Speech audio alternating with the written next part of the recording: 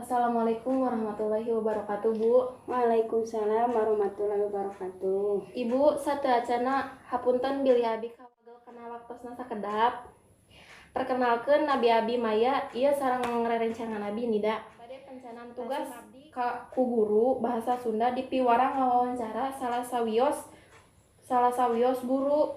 Nah, sim abdi sareng rerencangan abdi ngajadikeun ibu janten narasumber.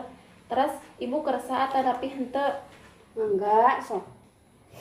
Hatur nuhun Bu, tiasa abdi ngawitan wawancara. Enggak.